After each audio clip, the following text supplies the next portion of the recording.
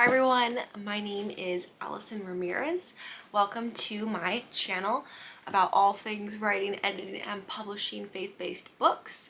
I am an author, editor, and content creator, and I'm so glad you're joining me today in my video about my author journey.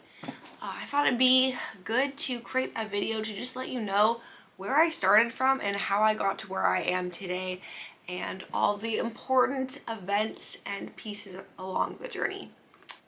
Like most people who love reading and writing, my passion for the literary arts began when I was a little girl. I was actually homeschooled through the 5th grade, and so I had a lot of free time than most, in the sense that I didn't have to go to school every day for a certain amount of hours where I was stuck in classes and couldn't really read and write as I wanted to, but I had a lot more flexibility and freedom in terms of my studies, and so I had a lot of time to just write on my own, which I did. I loved writing stories about animals, and I loved writing stories with magic or mythical creature components. So I started writing when I was probably 7 or so, and I remember distinctly laying on my stomach on my bedroom floor, just scribbling with pencils and pens on just blank pieces of paper, all these different story ideas I had. I also had parents that read to me a lot. Specifically, one of my first reads was the Jack and Annie Magic Treehouse series. My parents read me Secrets of Droon.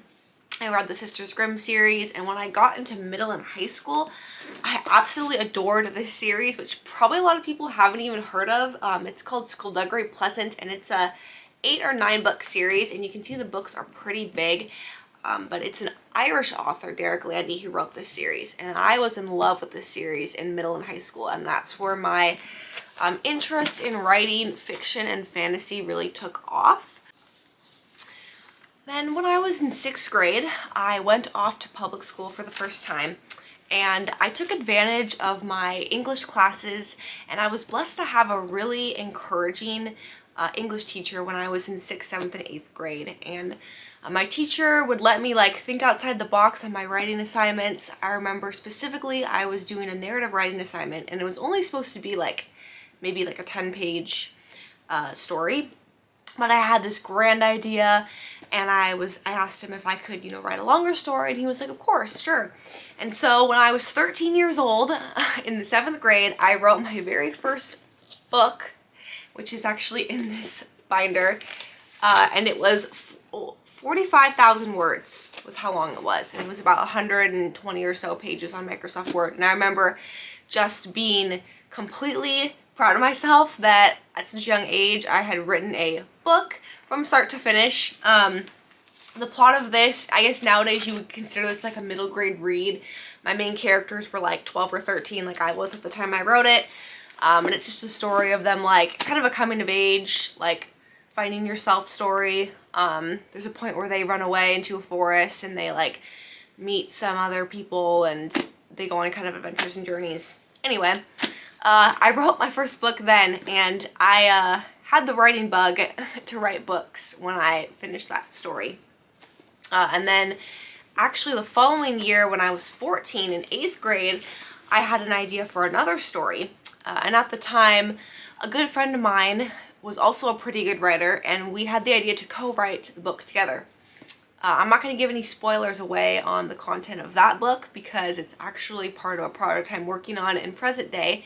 Anyway, short story is that she actually was going down the nursing route and not writing route. So quickly the story became more my story as opposed to co-writing it. But you can see my really worn notebook. This is where I had the full story written out. And this story, I started it in 8th grade when I was 14, and I finished it in my senior year of high school 4 years later.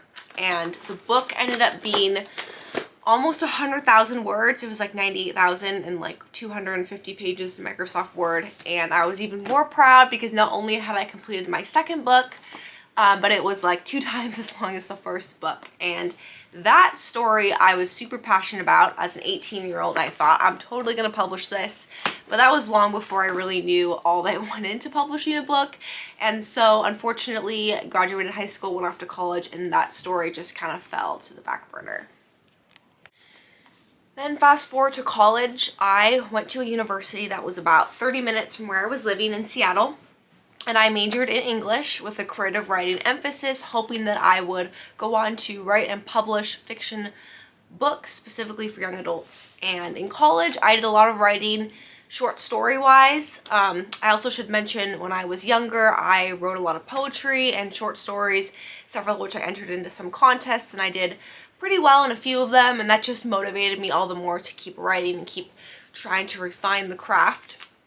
But when I graduated college, I graduated when I was 20, and I was hired as an administrative assistant. And so I was doing a lot of answering phones, responding to emails, and not a whole lot of writing.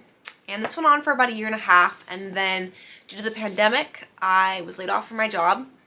And this was actually back in April of 2021. So at the time I'm filming this, that was about 9 months ago now. I was laid off from my job. And that's when I really realized, what do I want to do with my life? Do I want to just go back to this administrative work, or do I really want to pursue what I love most? And that's when I decided to work on my first book and get really serious about it.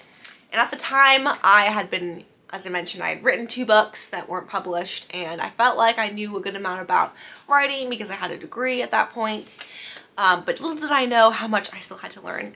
But since I had all the time off, I spent a lot of hours watching AuthorTube on YouTube from some really great YouTubers that just walked me through the writing and drafting and editing, revisions, you know, the cover, finding a cover designer and an editor and marketing and all that.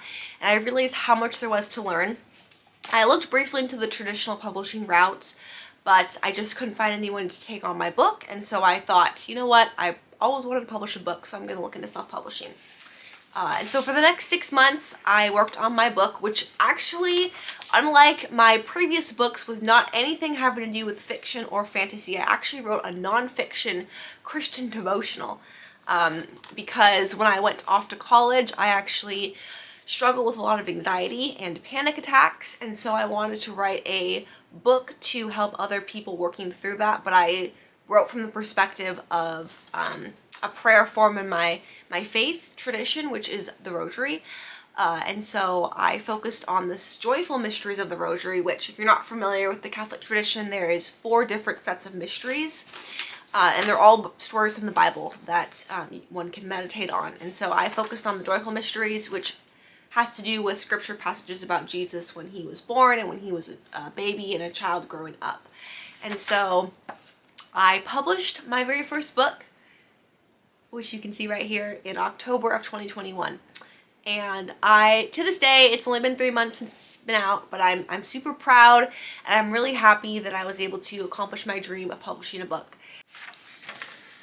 Although I know that the journey is just beginning for me, because contrary to what I believed when I was younger, that, you know, writing is just all about writing the books and putting them out there and everyone will read them and love them, it's truly so much more than just that. If you really want your book to be found and to be read by readers, you have to have a, you know, social media platform, which I'm not going to go into detail about any of these other elements of being an author, but it's super important to have a presence on like Instagram or Facebook or YouTube or Twitter or Snapchat. Not all of them, but maybe pick 1 or 2 of your favorites. Having a website is super important. Maybe speaking at conferences or having business cards or doing like little giveaways for your book are all just ways that you can grow your author platform and help people to find value in what you're doing and want to support you and your work as an author. And so in the 9 months or so, actually it was 6 months that I was unemployed, I not only published my first book, but I just worked on building up that platform, which to this day I am still working on. It's always a work in progress, but yeah, I just wanted to share my story with you so you get to know a little bit more about me and why I'm an author and why I'm pursuing this work. And I would love for you to share your own story in the comments. If you're not a writer, but you have a journey of pursuing another dream in your life, I'd love to hear about it. Feel free to share in the comments. If you liked this video, please go ahead and give it a like, thumbs up, and subscribe, and ring the bell for notifications for future videos that I'll be publishing. I'm hoping to put out a video for sure every 2 weeks, maybe once a week, if I can find the time in my schedule.